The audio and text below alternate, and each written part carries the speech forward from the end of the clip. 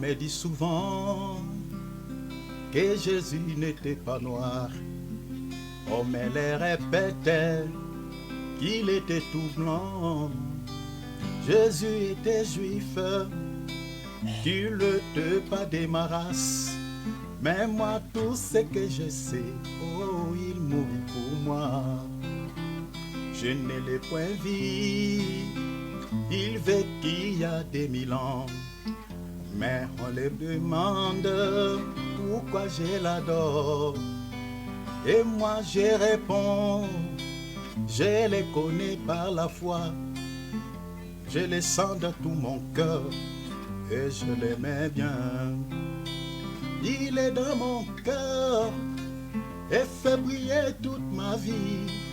Et si moi je vis, c'est lui qui l'éveille. Même si je tombais, c'est Jésus qui me relève. Il mettait la main, je l'aimais, oh. Il mettait la main, je l'aimais. Je crierai partout et je crierai avec joie le nom de Jésus, Jésus de la croix. Il est au-dessus, nul ne peut le dépasser. Il mettait la main, je l'aimais.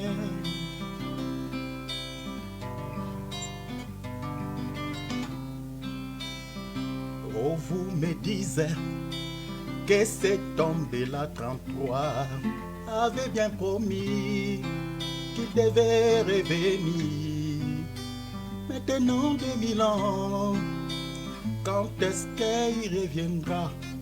Mais mon âme est témoignée, oh, ça s'accomplirait. J'étais dans l'abîme et j'ai vu passer Bouddha.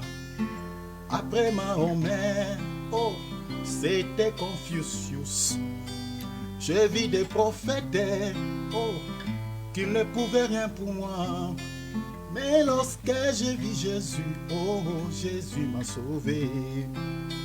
Je dirai partout et je crierai avec joie le nom de Jésus, Jésus de la croix.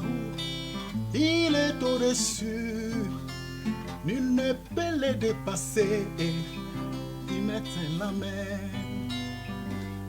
je l'aimais, oh, oh. Il mettait la main, je l'aimais.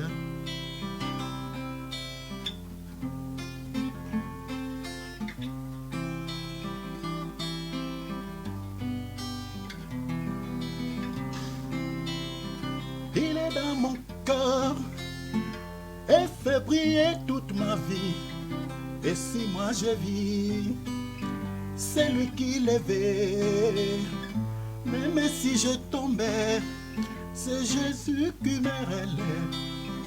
Il mettait la main, oh, je l'aimais. Oh, mettait la main, oh, je l'aimais. Oh, mettait la main, oh, je l'aimais.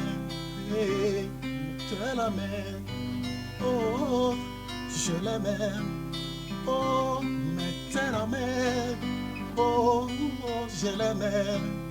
Oh, mettait la main, oh, je l'aimais, je l'aimais, je l'aimais, je l'aimais, je l'aimais, je l'aimais, je l'aimais, je l'aimais, je l'aimais, je t'aimais, je l'aimais, oh, je l'aimais. Il mettait la main, oh, je l'aimais, et il mettait la main, oh, je l'aimais. Il mettait la main, oh, oh, je t'aimais.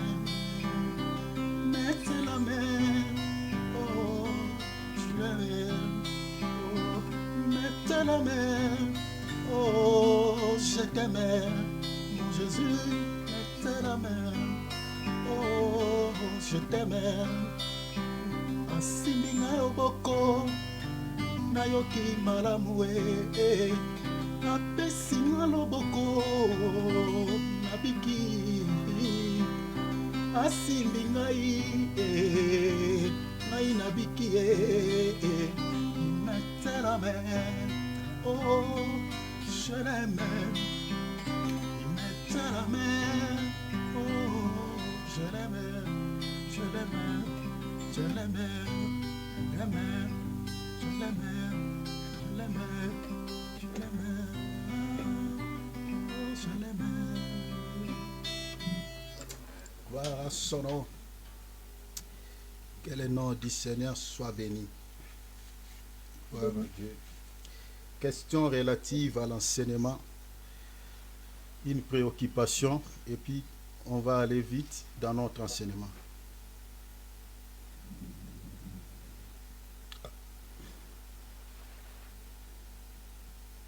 Ok, je pense qu'il n'y a pas de questions. Directement, nous entamons sur notre enseignement. Mais bien aimé, aujourd'hui c'est notre dernier jour. Nous parlons sur la restitution. Ça c'est la 4e point que nous allons clôturer avec le péché contre son prochain.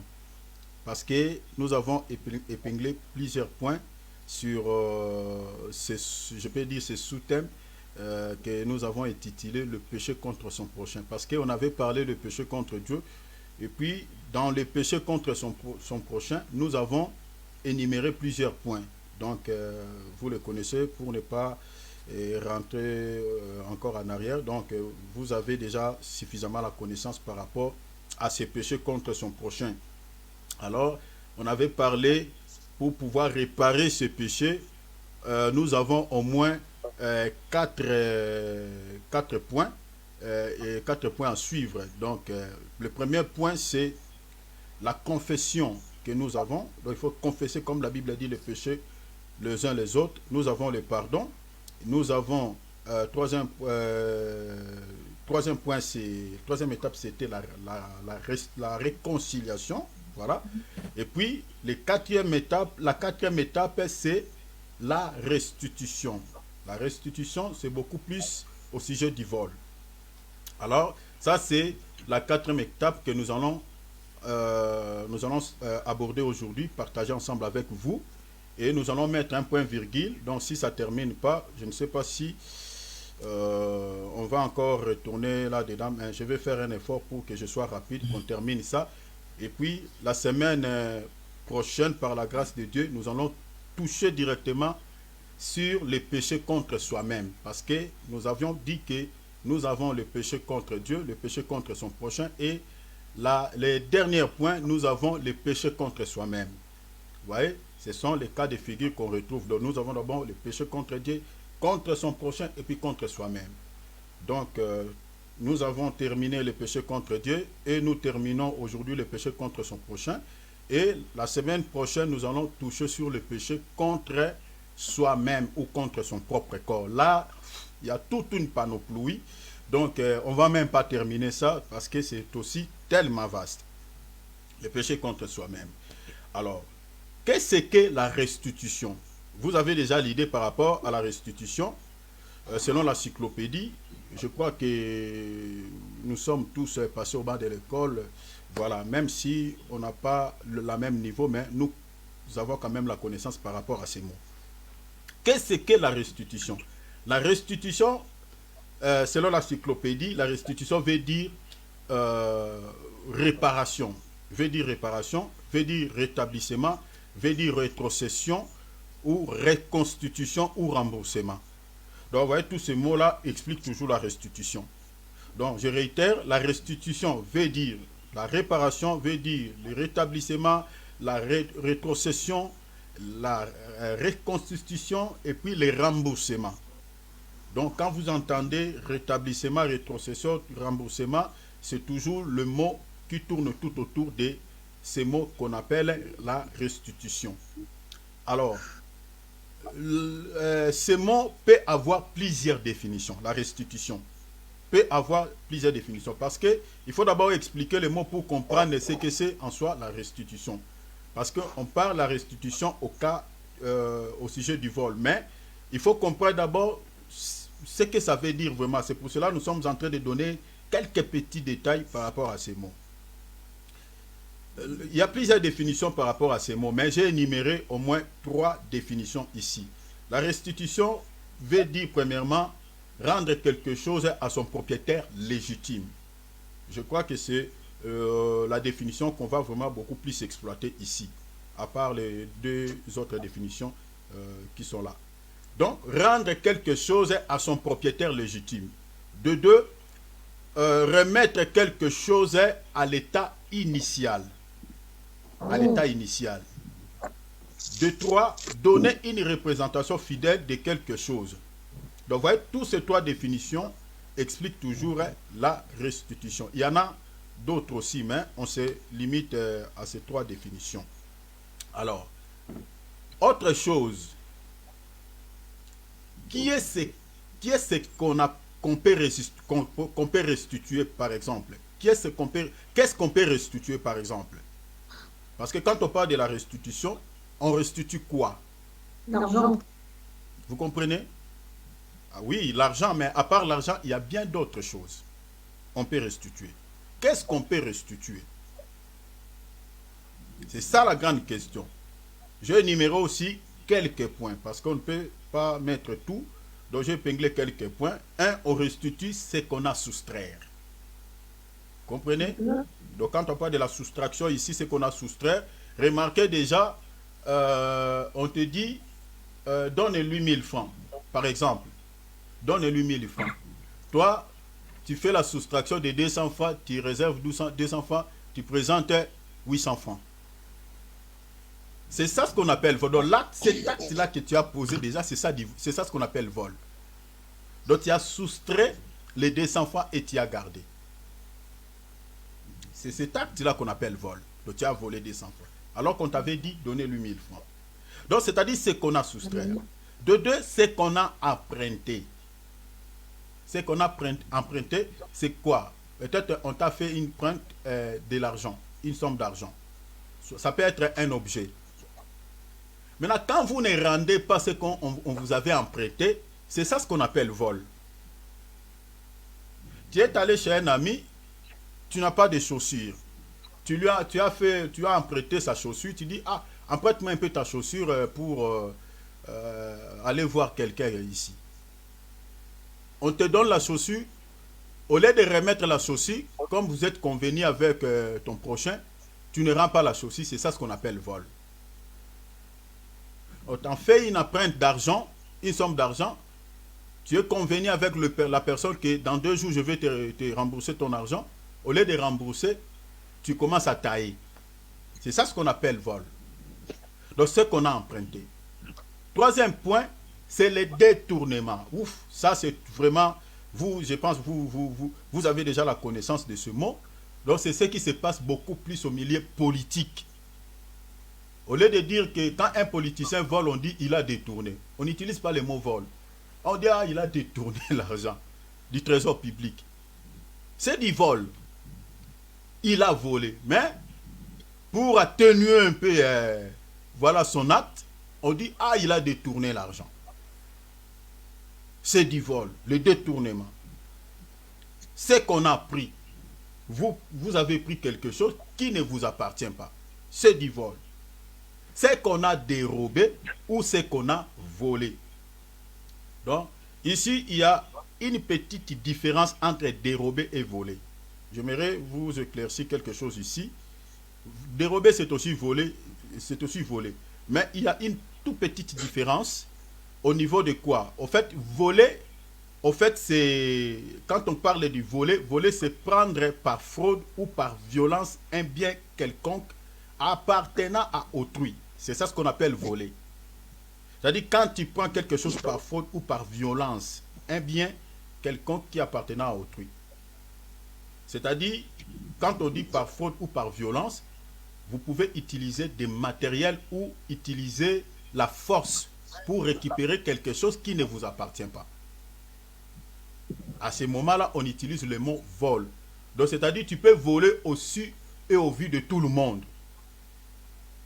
En utilisant par exemple des instruments ou des armes blanches ou une arme, tout ça, C'est ça ce qu'on appelle vol. Vous êtes en train de voler au vieux aussi de tout le monde. Mais tandis que dérober, c'est un vol, mais en cachette. Vous voyez? C'est inaperçu. Donc, personne t'a vu quand tu as déplacé la chose. C'est ça ce qu'on appelle dérober. Ça se passe dans les vignes de travail. Donc, vous voyez quelqu'un qui travaille, mais c'est lui qui est en train de dissiper des linges, de quelques matériels dans le travail. Il y a quelques outils qui sont en train de disparaître. Et il y a un travailleur qui est là, qui est en train de dérober des matériaux. C'est ça ce qu'on appelle dérober parce que il est en train de récupérer des choses inaperçues sans qu'on les voie. Voyez? Donc c'est ça la différence qui existe entre dérober et voler. Donc c'était juste ça. Mais maintenant, nous avons plusieurs cas de figure au sujet du vol. Il y a plusieurs cas. Premier cas, en tout cas je serai rapide, mais bien aimé, si vous êtes rapide pour noter, c'est bien. Mais si vous n'êtes pas rapide, en tout cas, je vais vous envoyer les liens de la vidéo. Vraiment, ne me tenez pas rigueur, s'il vous plaît, parce que je vais aller vite pour que nous puissions terminer ce point. Sinon, si je m'attarde beaucoup, en tout cas, ça va nous prendre du temps. Alors, vraiment, je démarre vite. Alors, nous avons plusieurs cas de figure au sujet du vol. Nous avons, premièrement, la malhonnêteté. La malhonnêteté, c'est du vol aussi. La malhonnêteté dans quoi? Prenons par exemple des richesses mal acquises, des richesses où quelqu'un qui est devenu riche de façon malhonnête. Vous comprenez? Quelqu'un qui est devenu riche de façon malhonnête, c'est-à-dire des richesses mal acquises. Il est devenu riche par la sueur de son, au fait, je peux dire par derrière le dos de pauvres citoyens ou de paisibles citoyens. Voilà, il est devenu riche par la sueur des autres personnes. C'est ça ce qu'on appelle en fait une richesse que la personne a acquis de manière malhonnête. Je donne un exemple, par exemple, un cas de figure qu'on retrouve dans la Bible, l'histoire des Zachée. Vous connaissez bien cette histoire, se trouve dans Luc chapitre 19, versets 5 à 10. Ce monsieur il travaillait dans l'impôt fiscal, mais il était un voleur. Vous comprenez déjà les fonctionnaires de l'État, vous savez déjà ce qu'ils font. Beaucoup de gens ne les aiment pas. Parce qu'il y a des taxes exagérées. On est en train de vous faire payer un impôt. Vous voyez, il y a des factures compliquées. Oui. Donc, les gens, vraiment, beaucoup de gens ne les aiment pas. Pourquoi? Parce que des fois, ils ajoutent. Ils mettent de surplus, voilà. Mais comment, la fois passée, j'avais payé la facture de l'électricité à 30 francs. Mais aujourd'hui, maintenant, ça devient 50 francs. C'est sur base de quoi? Je n'ai pas ajouté d'autres appareils. Mais ça montre, vous voyez? Donc le monsieur là qui travaille là-bas, c'est lui le voleur. Et il est en train de s'enrichir à faire souffrir les gens. En ajoutant des sous sur des factures des gens, tout ça. Et c'est ça le travail que ce monsieur faisait. Il était un homme riche, Zaché. Mais sa richesse, c'était une richesse qu'il avait acquise de manière malhonnête. Vous voyez? En faisant payer les gens des impôts exagérés. Et vous allez voir, même si vous lisez cette histoire dans Luc 19, vous allez voir que quand Jésus dit à Zaché, descends de cet arbre, aujourd'hui je mangerai, je vais me loger chez toi. Les gens murmuraient, ils disent, oh, toi, un saint comme toi là, tu prétends être un prophète, mais comment tu ne peux pas connaître l'état d'âme de ces messieurs, un pécheur comme Zaché, qui nous fait souffrir tout le temps ici avec des taxes exagérées. Les gens n'étaient pas contents que Jésus puisse aller là-bas, alors que c'était sa délivrance. Des fois, c'était sa délivrance. Donc vous allez voir que quand Jésus est allé là-bas, le Messie s'est repenti de ses péchés. Donc lisez l'histoire, vous allez voir ça. Donc les gens murmuraient à voir Jésus aller se loger chez un homme pécheur. Donc à cause de la richesse qu'il avait, donc c'était la sueur de gens en fait. Donc elle avait acquis cette richesse de manière malhonnête. Donc la malhonnêteté, nous disons que c'est aussi un péché. Alors celui qui vit dans la malhonnêteté, mais bien aimé, si tu as acquis des richesses, que ce soit l'argent ou des objets, de manière malhonnête, la seule chose à faire quand tu répares ces péchés, vous avez suivi les 3 étapes que nous avons au fait, enseigné ici. Donc, c'est-à-dire la confession, le pardon, la réconciliation. La troisième étape, la quatrième étape au sujet du vol, vous ne pouvez pas rester avec les choses que vous avez mal acquis. Il faut restituer, faire comme Zachée, comme il avait fait. Il dit, Seigneur, si je fais tort à quelqu'un une fois, je vais lui rendre 4 fois. Vous voyez? C'est ça la réparation de ces péchés du vol. On ne peut pas réparer les péchés du vol dans la bouche. Non, ça ne se fait pas comme ça. Oui, tu as confessé, tu as réparé avec Dieu, tu as confessé avec celui que tu avais volé, tu as demandé pardon, tu t'es réconcilié. La quatrième étape, maintenant, il faut rendre. Tu ne peux pas garder sa montre que tu avais volée quand même. Tu dis, oui, c'est toi qui avais volé cette montre, mais rendre, où est la montre? Et tu commences à porter la montre là, cette montre pour regarder l'heure. Mais ça, ce n'est pas une réparation. Donc, la restitution, il faut rendre ce que tu avais volé. C'est ça ce que Zachée avait fait. Nous avons une écriture, on peut lire encore, prenons par exemple Habakkuk. Habakkuk, je lis dans la traduction Parole de vie.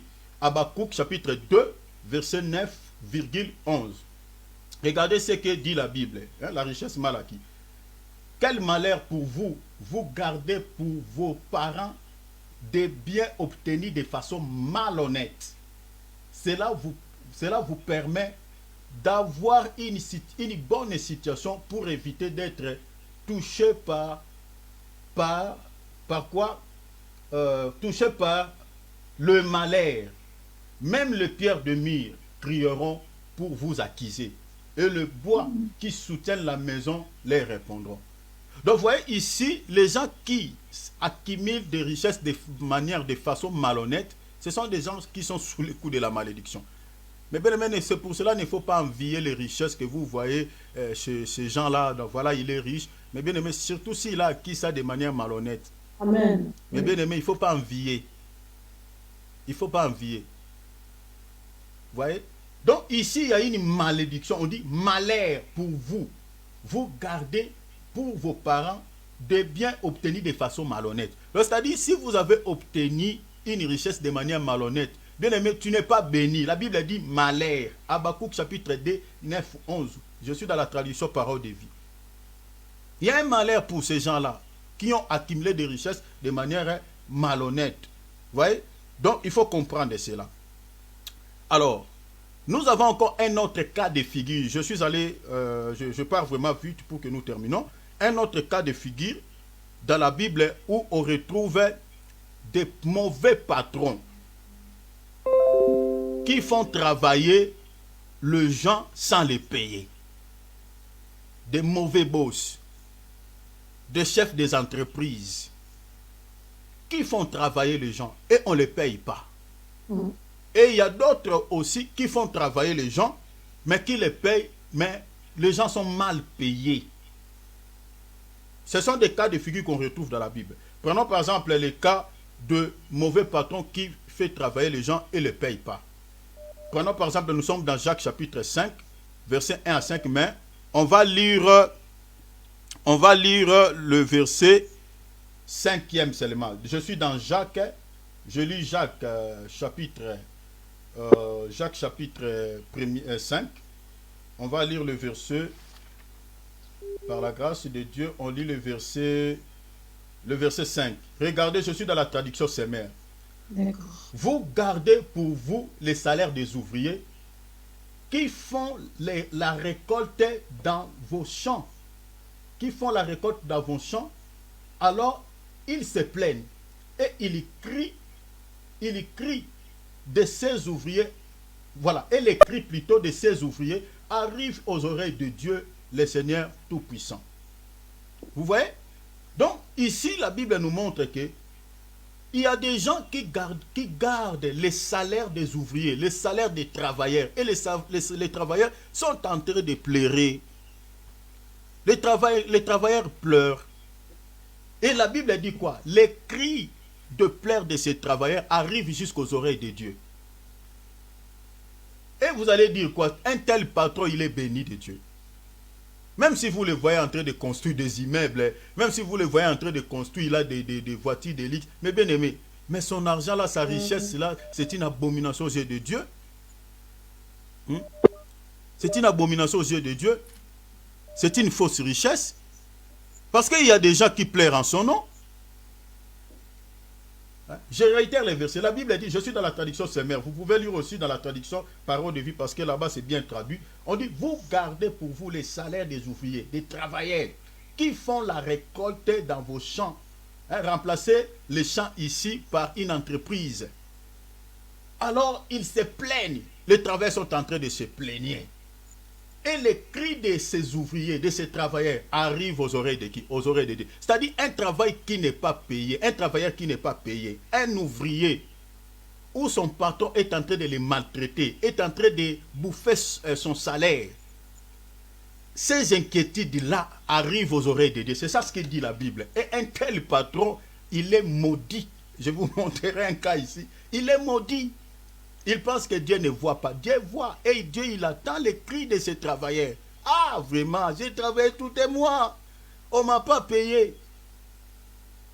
Et un tel patron, pour réparer ses péchés, ce type de péché, il a besoin d'abord, de demander, de confesser que moi je bouffe votre argent, qu'il demande pardon, qu'il se réconcilie avec ses travailleurs.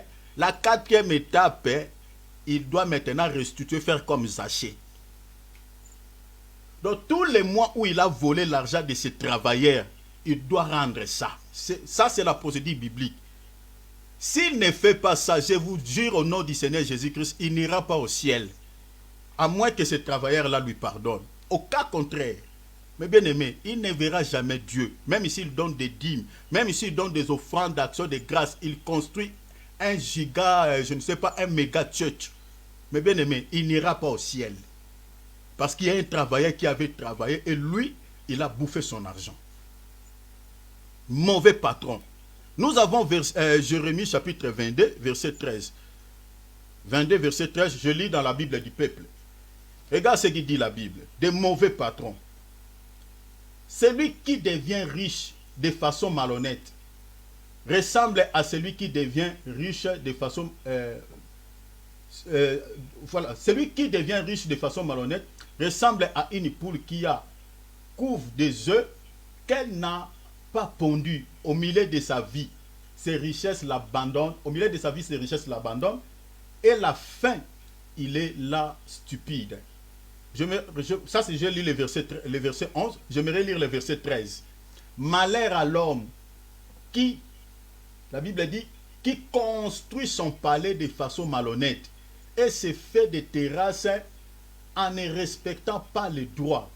Malheur à celui qui fait travailler son prochain pour rien, sans lui verser le prix de son travail. Vous voyez ça? Donc malheur à celui qui fait son travail sans le payer. Malheur, on dit toujours malheur. Donc un patron qui bouffe l'argent, les salaires de ses travailleurs, il est maudit. Ce n'est pas moi la Bible, on dit malheur. Il est maudit. Pour qu'il enlève cette malédiction sur sa tête, il doit passer par ces 4 étapes. Confesser, demander pardon, se réconcilier avec ses travailleurs. Et ensuite, il va rendre tout leur argent qu'il a bouffé. Depuis le jour où il a commencé, il a eu cette idée de garder leur salaire. Il va récupérer, il va faire les calculs. Et puis il ne va pas restituer ça comme ça. Il va mettre le surplus selon les procédures bibliques. Parce que c'est un voleur, c'est un patron voleur. Les gens, ils ont travaillé, ils méritent. Mais toi, tu voles. La Bible dit maudit soit. Maudit soit. Amen. Voyez? Donc, ça, c'est encore un autre cas de figure où on retrouve un patron qui fait travailler les gens et sans les payer. La Bible interdit formellement de profiter de votre prochain, de voler son salaire. La Bible l'interdit. La Bible l'interdit. De profiter, de votre prochain, de voler son salaire. La Bible l'interdit. La Bible l'interdit. Quand tu fais travailler quelqu'un et que vous êtes convenu que tu vas le payer, mais bien aimé, le jour de son salaire, donne-lui son argent, paye-lui. Si vous ne le payez pas, mes bien-aimés, tu pêches. Et pour réparer ce type de péché, La seule chose, confesser, faire comme j'ai dit tout à l'heure, et puis rendre lui son argent. Et puis il faut mettre un surplus de réparation, selon les procédures bibliques. La Bible l'interdit. Prenons par exemple le Lévitique. Lisons par exemple le Lévitique 19, verset 13. Dieu l'interdit. Je suis toujours dans la traduction parole de vie. La Bible dit, ne profitez pas de votre prochain et ne les volez pas. Vous voyez? De votre prochain, ne les volez pas. Ne gardez pas les salaires d'un ouvrier, d'un travailleur, jusqu'au matin du jour suivant. Le jour où tu étais censé de payer ce monsieur, toi tu commences à pousser, alors que tu as l'argent. Au lieu de lui payer le matin, tu dis non, je vous payerai le soir. Et ce n'est plus le soir, c'est l'autre jour. La Bible ne veut pas, comme vous êtes convenu que les 30, vous êtes convenu chaque 15 ans, les 15. Et si vous ne faites pas ça, vous péchez devant Dieu. Donc beaucoup de sociétés, parce que ça, c'est pour cela, mes bien-aimés, le jour du jugement, ça sera terrible. Parce qu'au moment où nous sommes en train de prêcher là, il y a beaucoup de travailleurs qui pleurent, surtout en Afrique. Les non payés. 150 jours impayés. Il y a des gens qui ont travaillé. Donc, il y a un papa qui monte et dit, moi, l'État va me rendre 3 milliards de dollars. Parce que depuis que je suis dans cette compagnie, on ne m'a jamais payé. Alléluia. Oh Seigneur. Le papa est en train de pleurer. Il a vieilli. Dans cette société, on ne le paye pas. Mais il va toujours travailler. À travers le monde, même ici en Europe, il y a des travailleurs où on ne les paye pas. On les paye difficilement. Et il est en train de dire, bon, si j'abandonne ce poste, prendre encore du travail, chercher encore un autre travail, c'est difficile. Il y reste quand même, malgré qu'on ne les paye pas. Peut-être il a d'autres, il profite de quelque chose dans, voilà. Juste bon, il garde seulement peut-être la poste. C'est compliqué. Et de tels patrons sont maudits. Parce que la Bible interdit formellement de pouvoir profiter de votre prochain ou de voler son salaire. Deutéronome chapitre 24, 14 à 15, parole de vie, traduction. La Bible dit, ne profitez pas d'un ouvrier malheureux et pauvre. Vous voyez? Surtout si le patron sait que c'est un ouvrier malheureux, c'est un pauvre. Au lieu d'avoir, mais bien aimé, ce sont des questions des fois qu'on se pose. Hein. Au lieu d'avoir pitié de ces pauvres, au lieu d'avoir souci de ces pauvres, mais bien aimé, il prend encore un rien de ces pauvres-là. Lui, il a 100 brebis. Hein. Mais il récupère une seule brebis, c'est-à-dire le peu d'argent de ces pauvres-là. Donc il soustrait encore ça. Au lieu de les payer, il les fait souffrir. Ah! Regarde ce que Dieu dit. Ne profitez pas d'un ouvrier malheureux et pauvre. Quelqu'un qui est déjà malheureux. Cette femme-là, il est en train de faire étudier ses enfants avec ce peu d'argent-là que tu le payes. Toi, tu en as tellement. Ce papa-là, il les fait étudier. Ses enfants sont en train d'être renvoyés à l'école. Ils n'ont rien à manger. Toi, tu as des provisions dans des congélateurs. Au lieu de lui payer. Mais regardez de tels péchés. Comment une telle personne, même s'il construit une église, il fait des autres. Mais bien aimé, devant Dieu, c'est une abomination. C'est une abomination. Un papa qui paie, un malheureux, un pauvre, celui qui n'a rien. Toi, tu bouffes son argent. Alors qu'il a travaillé. Et la Bible dit, que ce soit un autre, israélite ou un étranger. Vous voyez, donc Dieu était équitable. Il dit que ce soit vous, Israël, ou un étranger. Il dit quoi? Un étranger installé chez vous. Vous lui donnerez son salaire chaque jour. Payez-les avant le coucher du soleil. En effet, il est pauvre et il n'a vraiment besoin. S'il vous accuse devant le Seigneur, vous serez coupable d'un péché. Oui? Le Seigneur reconnaît qu'il est pauvre, il n'a rien. Mais vous retenez son argent. Et pour réparer un tel péché, en tout cas, il faut rendre d'abord son argent. Et puis tous les mois où tu as volé son argent, il faut restituer. Donc, voyez ce cas de figure qu'on retrouve dans la Bible. Tout ça. Alors, des mauvais patrons qui ne payent pas, ou soit qui payent mal ces ouvriers, ces travailleurs, Dans la Bible, ce sont des gens qui sont sous le coup de la malédiction, sont maudits. Malachie chapitre 3, verset 5. Ceux qui payent mal, c'est-à-dire au lieu de payer, donc ils payent, ils payent au lieu de payer tout le jour, de payer chaque mois. Donc s'il vous paye ce mois, donc il vous paye par intervalle. Donc le mois prochain, il ne va pas vous payer. Ou soit, au lieu de te payer ton salaire complet, il te donne un salaire moitié. Vous voyez ça? Donc c'est-à-dire il te paye mal, il te fait souffrir. Et de ce genre de patrons, de chefs des entreprises sont sous le coup du jugement de Dieu. Malachie 3,5, la Bible dit, oui, le Seigneur de l'univers le dit, je viendrai au milieu de vous pour vous juger.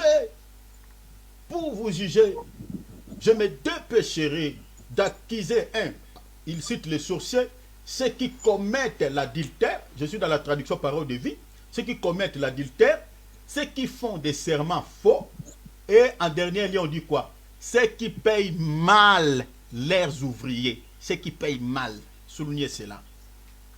Donc, ils payent, mais ils payent mal. Donc, ils payent ce mois, le mois prochain, vous n'avez pas le salaire, mais vous avez travaillé.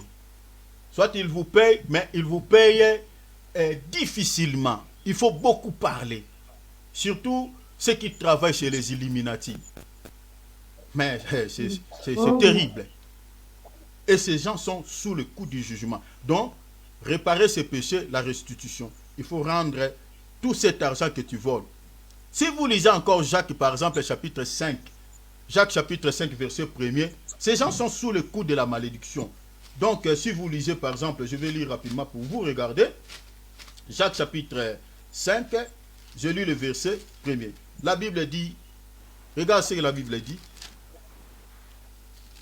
Ces gens sont sous le coup de la malédiction. Ils n'iront jamais au ciel.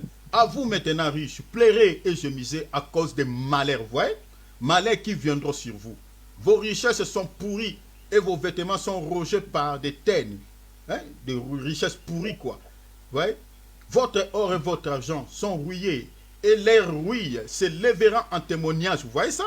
Se lèveront en témoignage contre vous et dévorera vos chairs comme un feu.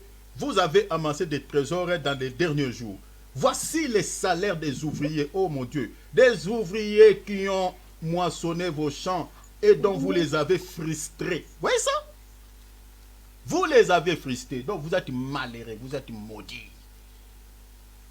Et si tu me suis sur les réseaux sociaux, tu es un patron d'une entreprise et que tu fais souffrir, tu frustres tes travailleurs, tu gardes les salaires de tes travailleurs. Si tu attends ce message, même si tu l'entendras en rediffusion, sache que Dieu t'a parlé.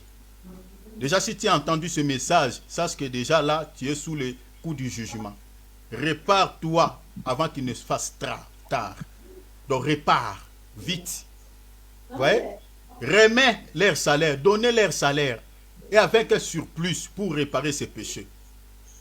Si vous ne rendez pas le salaire de tes ouvriers, sache que tu es sous le coup de la malédiction et le jour d'enlèvement, tu seras jugé par le Seigneur. Parce que les cris, le pleur de tes travailleurs arrive aux oreilles de Dieu, dit la Bible, ce n'est pas moi. Donc, vous voyez ce cas de figure qu'on retrouve dans la Bible, mes frères et sœurs. Donc, c'est vraiment très tragique, c'est très compliqué. Alors, nous avons encore un autre cas de figure qu'on retrouve dans la Bible, mes bien-aimés, la fausse balance. Ouf!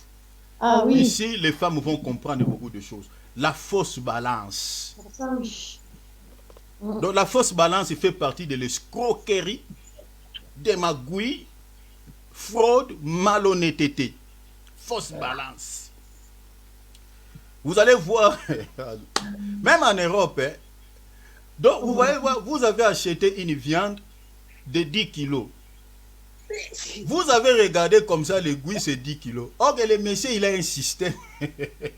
Quand il vous dépose la viande sur la balance, dans sa main, il cache une pierre. Et il met sous la viande. Pour la pierre, là, pèse déjà 2 kilos. Donc, il est en train de déduire 2 kilos, 2 kilos. Oh, mon Dieu, mon roi. Il est en train de déduire 2 kilos de viande chez chacune des personnes qui vient acheter la viande chez lui. J'avais vu une vidéo sur la toile comme ça. Donc le monsieur, il a une pierre dans sa main. Donc vous n'allez pas repérer cette pierre. Donc quand il est en train de mettre la viande sur la balance, et il a une pierre de 2 kilos. Donc il cache la pierre sous la viande. Et quand il va te mettre la pierre, quand il le renverse, là, il a une vitesse où il enlève cette pierre. Donc toi, tu vois que tu as acheté la viande de 10 kilos, mais là-bas, lui, il a récupéré, donc il a déduit 2 kilos. La fausse balance. C'est strictement interdit, c'est un péché, c'est du vol. En Afrique, nous avons des mamans ouf qui ont des vases qu'on appelle sakombi. Le sakombi là normalement contient 2 verres. Mais la maman, il a falsifié ces vases qu'on appelle sakombi, cet écolo. Il a falsifié ça. Au lieu que cet écolo soit l'écolo normal, lui il a réduit, parce que vu que ce sont des trucs en plastique, il a bouilli ça dans l'eau et c'est rétréci. Oh mon Dieu. Donc toi tu es tenté de voir, c'est l'écolo que tu achètes du feuille de foufou de manioc. C'est la mesure normale, alors que la mesure est déjà déduite. Donc des fausses mesures, des fausses balances, c'est un péché. Et tu verras que de telles femmes, dimanche à l'église, il est en train de chanter. Oh Seigneur. Alléluia. Il lève ses mains sales là, qu'il fait des magouilles aux gens. Il lève ça pour adorer. Tu adores quel Dieu? Tu loues quel Dieu?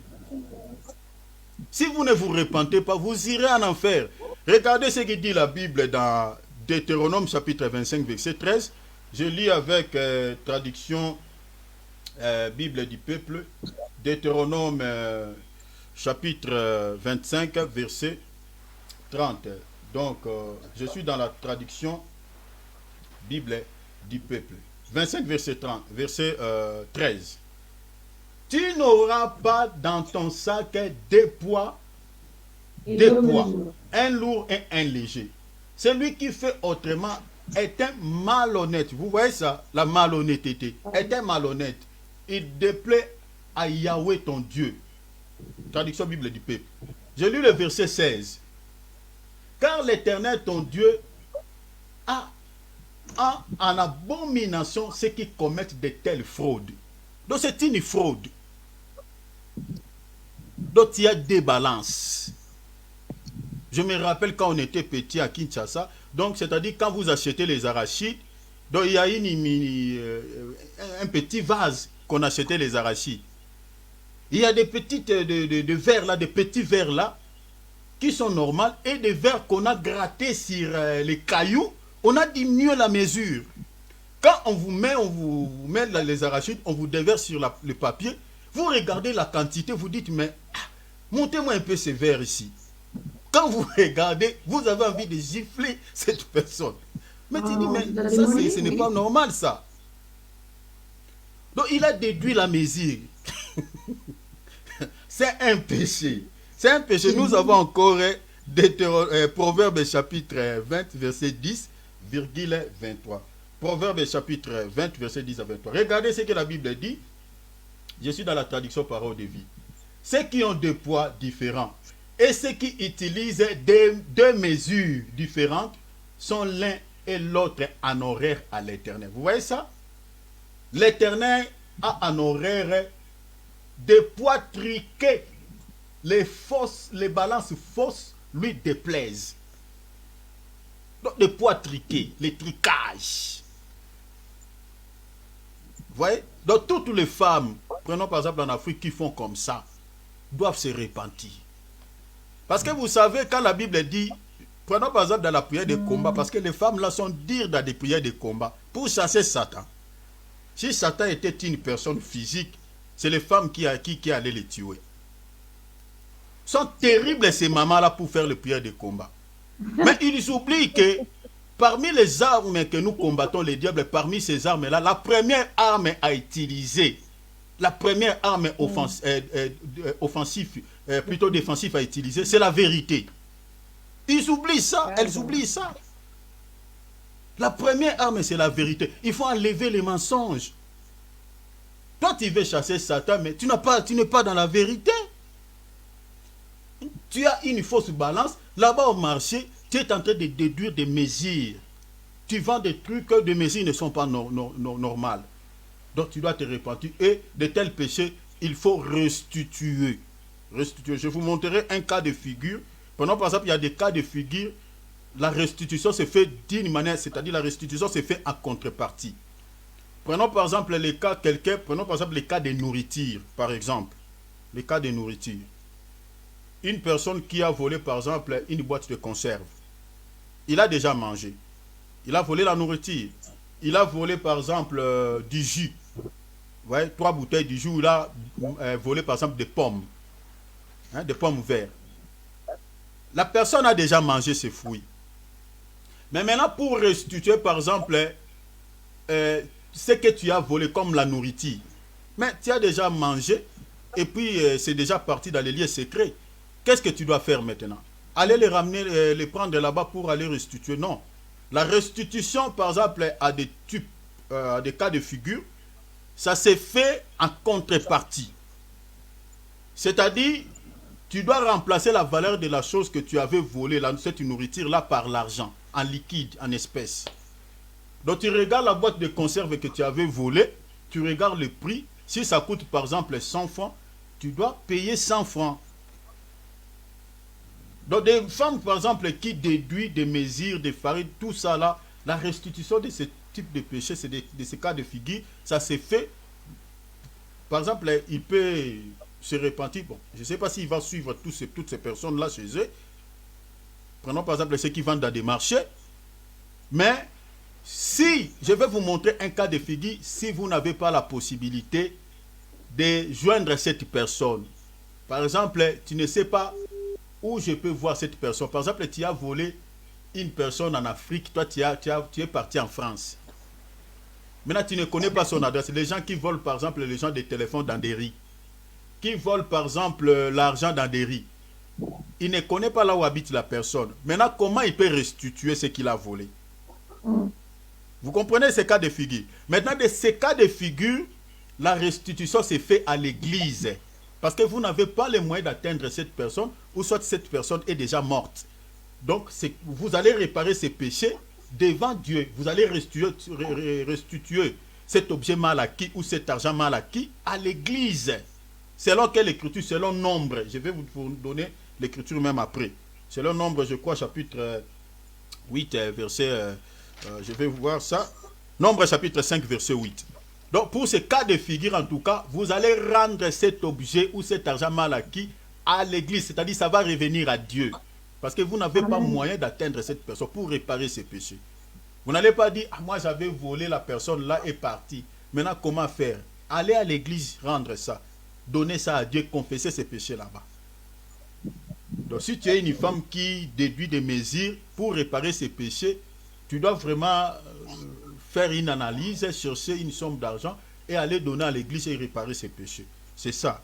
Voilà. Alors, donc la fausse balance, c'est un péché. Donc vous voyez que Dieu est en horreur avec des fausses balances. Alors, Dieu veut que la balance soit juste. Dieu veut que la mesure soit juste. Prenons par exemple Proverbe chapitre 11, verset 1er. Nous sommes dans la version traduction parole de vie. Le Seigneur déteste les fausses balances, mais il approuve le poids juste. Vous voyez? Il déteste des fausses balances. Donc quand cette femme-là ou ce monsieur-là est en train de dégrainer la quantité que la personne a achetée de manière malhonnête, le Seigneur déteste.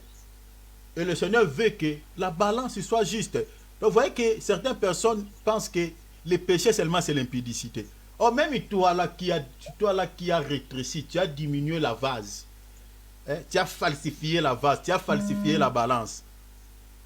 Mais tu dois te repentir. Le péché, ce n'est pas seulement l'impudicité ou l'incivilité. Donc, ce que tu fais là, tu es en abomination devant Dieu. Ouais. Donc, il faut se repentir. Ézéchiel 45, verset 10 à 12, la Bible dit, ayez des balances justes. Traduction parole de vie. Ayez des balances justes, des mesures justes. Ouais. Balance juste, mesure juste.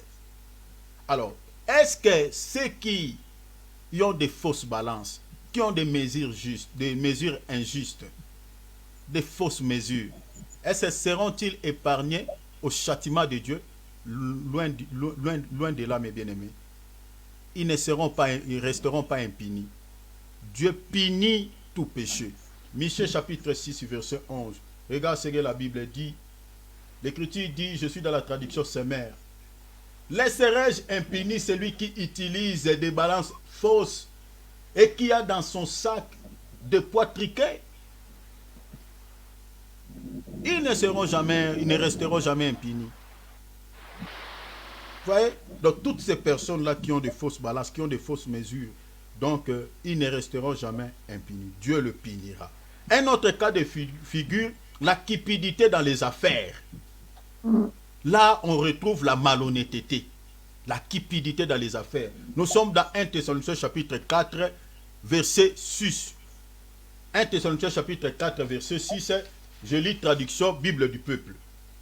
Bible de peuple, traduction Bible de peuple. Regarde ce que la Bible dit. C'est que personne n'use envers son prochain de fraude et de cupidité dans les affaires, parce que le Seigneur tire vengeance de toutes ces choses. Bible du peuple, la Bible dit que personne dans les affaires ne fasse tort et n'abuse de son frère, car le Seigneur fera justice de tout cela. Vous voyez ça? Il y a des bien-aimés qui ne sont pas honnêtes dans les affaires. Qui ne sont pas honnêtes. Vous êtes en train de faire les affaires. Moi, j'ai connu des bien-aimés comme ça. Vous faites les affaires ensemble, mais il veut toujours te dépasser dans l'esprit.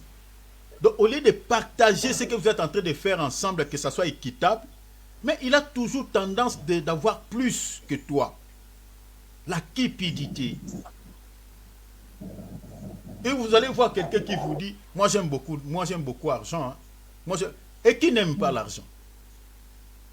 Et quand vous entendez quelqu'un qui dit comme ça, un frère, mes bien-aimés, n'allez pas loin avec lui dans les affaires. Un jour, sinon, vous allez se bagarrer.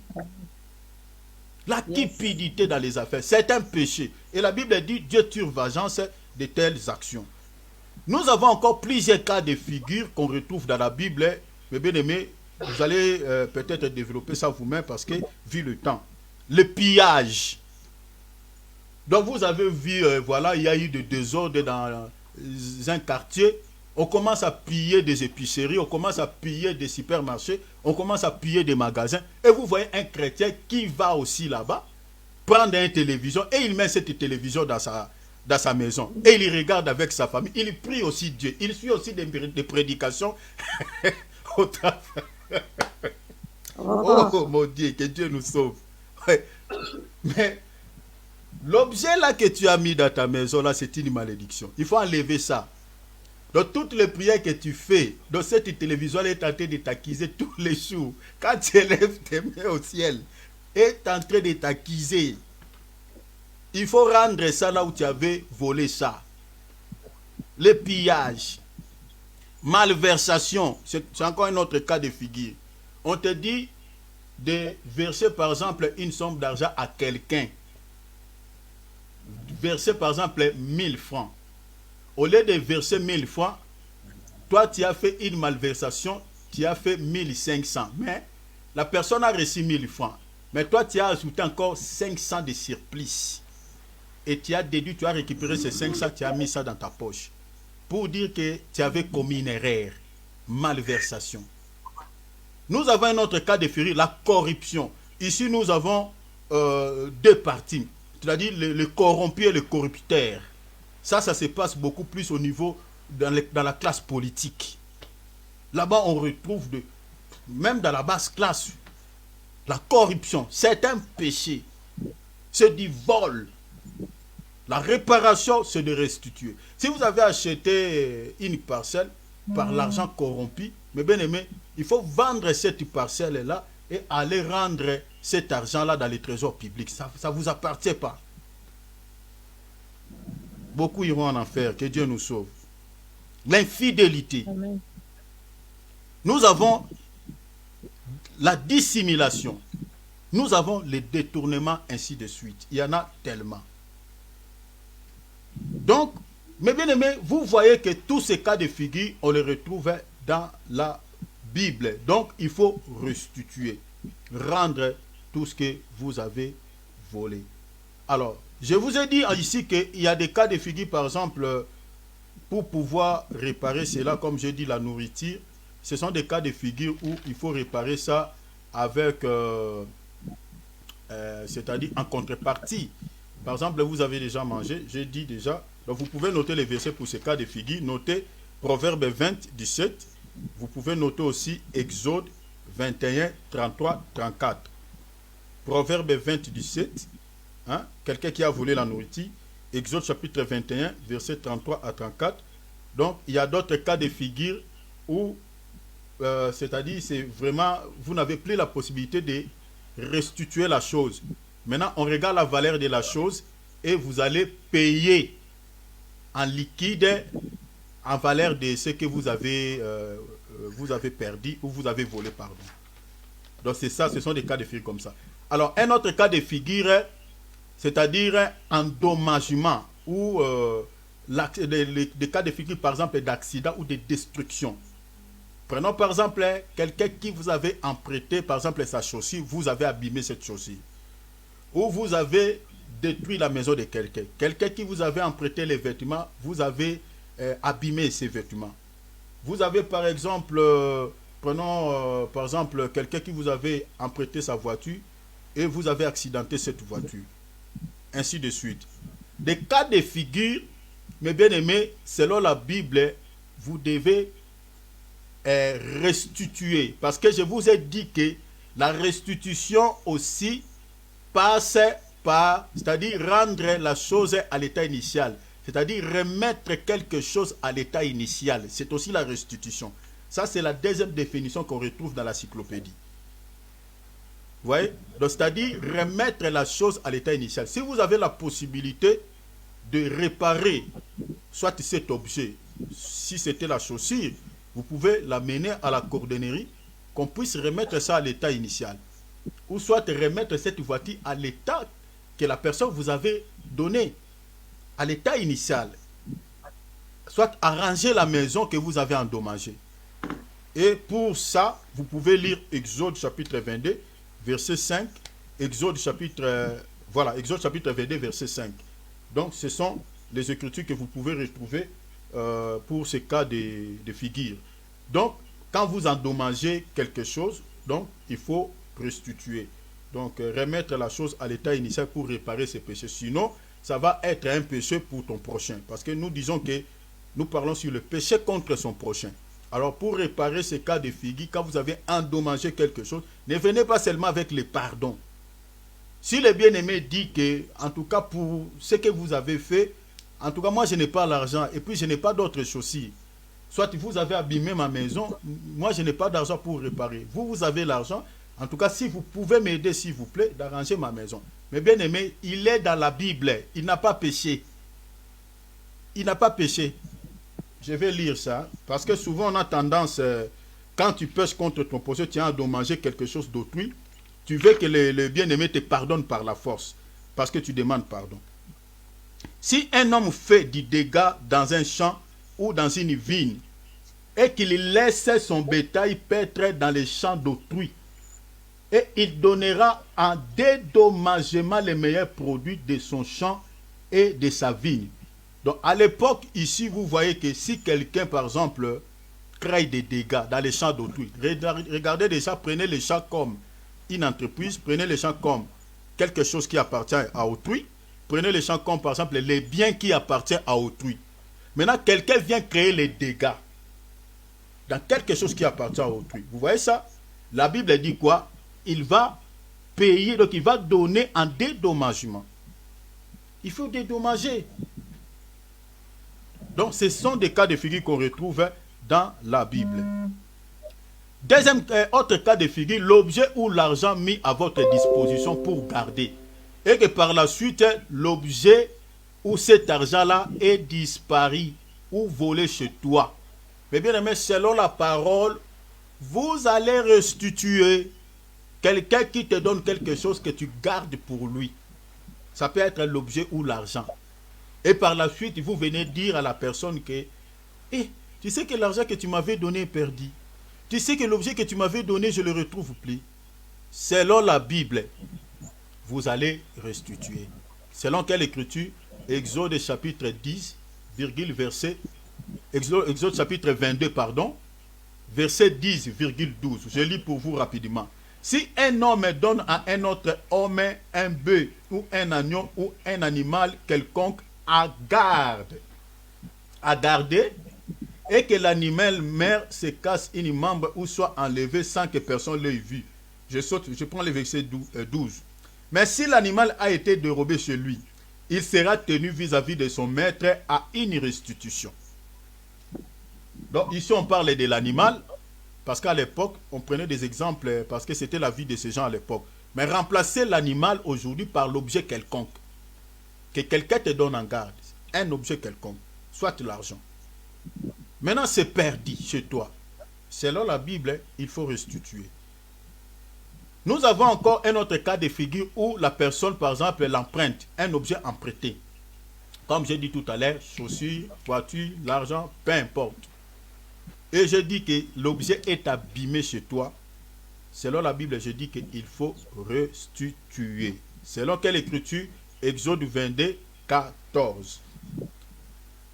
Mais maintenant, pour tous ces cas de figure que je vous ai montrés, si par exemple, la personne veut vous gracier, ou vous êtes dans les capacités de restituer ce que vous avez abîmé, ou ce que vous avez volé, peu importe, par rapport à tous les cas de figure que je viens de dire ici, vous n'avez pas la capacité de restituer cette chose, remettre la chose, rendre la chose à la personne peut vous gracier, peut vous pardonner. Ça dépend des gens, ça dépend. Parce que il y a d'autres personnes qui peuvent vous dire, vous voulez restituer, il dit, ah non, laisse tomber. Non, je te laisse cet argent, ne t'inquiète pas. Non, avec un bon cœur. Ne me paye pas, ne me restitue pas. Vous avez cassé quelque chose d'autrui, vous avez abîmé quelque chose, vous avez volé. Tu dis, en tout cas, je me suis rendu compte, en tout cas, j'avais mal agi. Pardonne-moi, je vais rendre la chose que j'avais volée. Et il dit, non, je t'ai déjà pardonné, mais ne le répète plus, je t'ai déjà pardonné. Là, vous êtes libéré. Selon la Bible, vous êtes libéré. Donc, vous n'avez plus besoin à restituer. Donc, cela va dépendre, c'est-à-dire la personne que tu as volée, ou tu as endommagé la chose, ou tu as pris, voilà, tu as détruit, ou tu as pris sa chose. Lui, c'est lui maintenant qui vient comme un petit Dieu. Donc, c'est à lui maintenant de vous pardonner de ses péchés. Prenons par exemple, lisons la Bible. Prenons Matthieu chapitre 18, versets 23 à 27. Matthieu. On peut vous gracier à une bonne personne. Mais si la personne refuse, il veut que vous puissiez restituer. Ah là, en tout cas, vous n'avez pas autre chose à faire de respecter la Bible. Parce que jusque-là, il ne pêche pas. Il veut que tu le restitues ce que tu avais volé. Je suis dans Matthieu 18, 23 à 27. Matthieu chapitre 18, versets 23 à 27. Je lis au nom de Jésus. Je lis à partir du verset 23. C'est pourquoi le royaume des cieux est semblable à un roi qui voulut faire rendre compte à ses serviteurs. Quand il s'est mis à compter, on lui en amenant un qui devait 10 000. Suivez bien la lecture. Un qui devait faire quoi? Qui devait 10 000 talents. Comme il n'avait pas de quoi payer. Vous voyez ici. Donc, on retrouve un cas ici que la personne devait à son maître 10 000 talents. Mais il n'avait pas de quoi payer. Maintenant, la Bible dit quoi? Comme il n'avait pas de quoi payer, son maître ordonna qu'il fût vendu, lui, sa femme, ses enfants et tout ce qu'il avait, et que la dette fût acquittée. Donc, pour pouvoir pallier à cette dette, le maître dit quoi? Il faut qu'il soit vendu comme esclave, lui et sa famille, tout ce qui lui appartient. Mais regardez maintenant la suite. Le serviteur se jeta à terre et se prosterna devant lui et dit, Seigneur, aie patient envers moi, et je te paierai tout. Et mis de compassion, le maître de ses serviteurs le laissa aller et lui remit la dette, remettre la dette. Donc au lieu qu'il paye, il lui remit, donc il efface cette dette. Il lui remit la dette. Vous voyez ça? Donc le Messie dit, il a eu compassion, il dit, bon, au lieu que tu me payes, je te remets cette dette, donc j'efface. Ne me paye plus, bon, ça va, c'est oublié. Donc il est pardonné. C'est une parabole, mais cette parabole tient dans la sens doctrinal pour pouvoir tirer une leçon spirituelle, pour réparer aussi une dette que vous avez vis-à-vis de quelqu'un. Donc, vous comprenez ici que donc une personne peut vous pardonner aussi si vous n'avez pas la capacité de payer cette dette. Mais il y a des gens aussi mauvais qui refusent de vous pardonner. Vous l'avez ciblé, tu dis en tout cas, je n'ai rien pour payer, je n'ai rien pour vous, voilà, pour restituer ce que j'avais volé. Vraiment, pardonnez-moi pour ce péché, je ne vais plus le répéter. Vraiment, je vous en supplie, si tu peux me pardonner pour ce péché. Vous le suppliez qu'il te pardonne. Parce que ça dépend maintenant de lui. S'il vous pardonne, Dieu aussi vous pardonne. S'il refuse, Dieu aussi ne vous pardonne pas. Mais il y a d'autres qui peuvent refuser. Prenons par exemple le même chapitre, Matthieu 28, à partir du verset, Matthieu 18, à partir du verset 28. Après qu'il fut sorti, ses serviteurs racontant un de ses compagnons qui lui devait 100 deniers. Et il le saisit et l'étranglait en disant, paye ce que tu me dois. Et son compagnon se jeta à terre, le suppliait, disant, aie patient envers moi et je te paierai. Mais l'autre ne voulut pas et il alla les jeter en prison jusqu'à ce qu'il ait payé ce qu'il devait. Vous voyez, il y a d'autres qui ne pardonnent pas. Donc lui, il veut que ce que tu avais volé, ce qu'il t'avait emprunté, que tu puisses lui restituer, lui rendre. C'est pour cela que vous allez voir que dans Matthieu chapitre, si vous lisez par exemple dans Matthieu 5, hein, à partir du verset, je crois, 18 quelque part, le Seigneur dit, Matthieu 5, oui, Matthieu 5, 23, 26. Le Seigneur est en train de dire que si tu veux mettre l'offrande dans les paniers sur l'autel et que tu te rends compte que tu as des problèmes avec ton prochain, mets-le à côté, va d'abord te réconcilier avec ton adversaire afin qu'il ne puisse pas te mener une vie dure. Mais bien aimé, quand vous avez une dette de quelqu'un, mais bien aimé, la seule chose à faire, c'est de pouvoir réparer, demander la grâce vis-à-vis de cette personne. Surtout si vous êtes dans les capacités de payer ça. Il faut chercher vraiment à pouvoir se réconcilier promptement avec ton adversaire pour qu'il ne te mène pas une vie dure. Parce que la Bible lui donne le pouvoir de pouvoir effacer ou de retenir cette dette. Voilà. Un autre cas de figure, par exemple, quelqu'un qui avait fait un emprunt et tu lui avais demandé, par exemple, de te donner, tu l'avais emprunté avec intérêt, par exemple. Maintenant, il n'a pas la capacité de restituer cet argent avec l'intérêt. Vous avez aussi la possibilité, le pouvoir d'effacer cet intérêt. Selon quelle écriture? Selon Néhémie 5, 10, 12. Et nous les chrétiens, selon Romains chapitre 13, verset 8 et 20, nous ne pouvons pas emprunter quelque chose à un bien-aimé avec intérêt. La Bible nous interdit cela. Donc les chrétiens qui, prenons par exemple, j'aimerais qu'on lise ça, les chrétiens qui empruntent des choses ou de l'argent avec intérêt, mais bien aimé, ce sont des chrétiens qui pêchent. Ce sont des chrétiens qui pêchent. Ils ne respectent pas la parole. Regardez, prenons par exemple, vous avez emprunté l'argent à quelqu'un, vous voulez qu'il vous donne, vous l'avez emprunté avec intérêt. Donc ce n'est pas bien, selon la Bible. Regardez, la Bible dit, je suis dans Romains chapitre 13, verset 8 à 20. Donc, bon, je ne vais pas lire tout. Donc, je lis Romains chapitre 8. Ne deviez rien à personne si ce n'est de vous aimer les uns les autres. Car celui qui aime les autres accomplit la loi. Accomplit la loi. Je vais sauter. Non, il n'y a pas le verset 20, je crois. Voilà. Ne devez rien à personne. Ce n'est de vous aimer les uns les autres. Car celui qui aime les autres accomplit la loi. Donc, vous voyez. Donc, on ne peut pas faire ça. Ah, ça va. Il doit me rendre parce qu'il a tout ça. Regardez dans Néhémie, par exemple. Je vais vous montrer clairement dans Néhémie. Néhémie, regardez ce qui est dit ici dans la Bible, parce que nous retrouvons tous les modèles dans la parole de Dieu. Néhémie chapitre 5 verset, je vais lire pour vous. Vous avez emprunté l'argent à quelqu'un avec intérêt, la Bible vraiment ne les tolère pas. Ceux qui les font, en tout cas, ils doivent arrêter cela. À moins que ce soit une entreprise peut-être. 5 verset 10. Néhémie chapitre 5, 10 à 12. Je lis pour vous mes frères et sœurs. Moi aussi mes frères et mes serviteurs, nous leur avons prêté de l'argent et des bleus à des bleus. Abandonnons ce qu'ils nous doivent.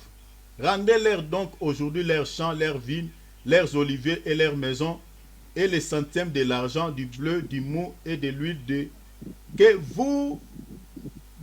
que vous avez exigé de commun intérêt. Ils répondirent, nous les rendrons et nous leur demanderons rien.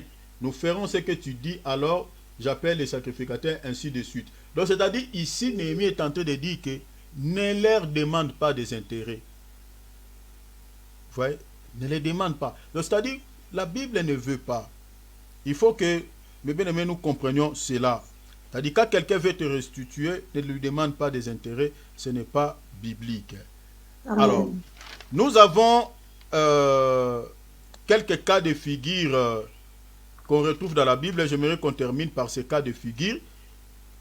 Un autre cas de figure, comme j'ai dit, par exemple, quelqu'un, on termine par ici, par exemple, quelqu'un qui t'a laissé son activité et que la personne, suite à une circonstance, ça peut être la maladie, ça peut être un problème tragique, soit au niveau de la famille. Prenons par exemple, nous qui vivons ici en Europe, vous avez un problème, le problème se trouve en Afrique, vous avez une activité ici qui vous appartient, et vous devez se rendre en Afrique pour aller régler ces problèmes pendant des années. Et vous avez confié cette activité à un prochain. Prenons ce cas de figure. Ça peut être par exemple une guerre, que la personne a fui la guerre. Ou ça peut être, peu importe. Maintenant, il a laissé son activité entre vos mains. La personne est partie. Cette activité-là ne vous appartient pas. Le jour où il va revenir, il va rentrer. Vous allez restituer son activité. Et vous allez restituer son activité avec tous les revenus. Depuis le jour où elle était partie, où il était parti, jusqu'au jour où il est revenu. Selon la Bible, c'est ça. Selon quelle écriture? 2 Rois, chapitre 8, verset 1er à 6. Parce qu'il y a des gens qui ont pris les activités d'autrui. Par exemple, quelqu'un qui t'a laissé sa voiture de transport. Il a laissé le chauffeur. Il dit, gère-moi cette voiture. La voiture ne vous appartient pas. On vous confie seulement de pouvoir gérer cette activité. Et vous avez fait cette voiture comme si de vous commencez à manger l'argent, les revenus, vous mangez tout. Et le jour où le patron, la personne à qui appartient cette voiture rentre, au lieu de lui rendre sa voiture, ça commence à être compliqué. Au lieu de lui remettre ce revenu, ça commence à devenir compliqué. Donc c'est ça ce qu'on appelle le divorce. Donc il faut restituer. Et si vous ne réparez pas ce péché, donc vous êtes condamné par Dieu. Vous voyez, vous êtes condamné. Donc il faut restituer cette activité qu'on vous avait confiée et tous les revenus, selon ce passage de 2 Rois chapitre 1er verset 1 à 6. Voilà. Donc, je m'arrête ici, mes frères et sœurs. Voici les cas de figure qu'on retrouve dans la Bible à ce qui concerne la restitution. Je vous ai montré plusieurs cas de vol. J'ai vraiment fait tout pour que je termine cette quatrième étape, pour que la semaine prochaine, nous puissions entrer dans une autre étape. Donc, touchons directement sur le péché contre soi-même. Donc, j'ai tout dit, mes bien-aimés. Si vous avez besoin du lien de la vidéo, je peux vous l'envoyer même après. Donc, voici les cas de figure qu'on retrouve dans la Bible à ce qui concerne la restitution au sujet du vol ou d'endommagement. Donc, voilà, je termine par ici. Vraiment que le Seigneur vous bénisse tous abondamment. On termine aujourd'hui pour cette semaine. Nous avons l'intervalle d'une semaine. On va se retrouver après, comme vous le savez, j'ai dit décalé d'une semaine. On va vous envoyer les textos, et comme d'habitude, et puis nous allons encore se retrouver ensemble pour pouvoir prier le Seigneur.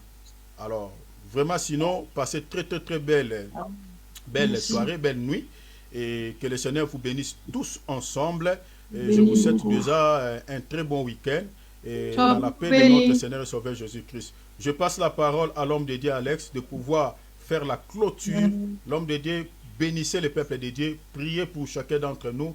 Vraiment, j'aimerais que l'homme de Dieu qui clôture ces derniers jours, vraiment en bénissant en fait les enfants de Dieu. Voilà, je passe la parole à l'homme de Dieu au nom de Jésus. Et merci beaucoup pour la parole. Merci. Nous allons prier. Amen. J'aimerais, avant que je puisse prier, nous allons d'abord prier. Nous tous, nous allons dire à Dieu, nous allons demander pardon à Dieu.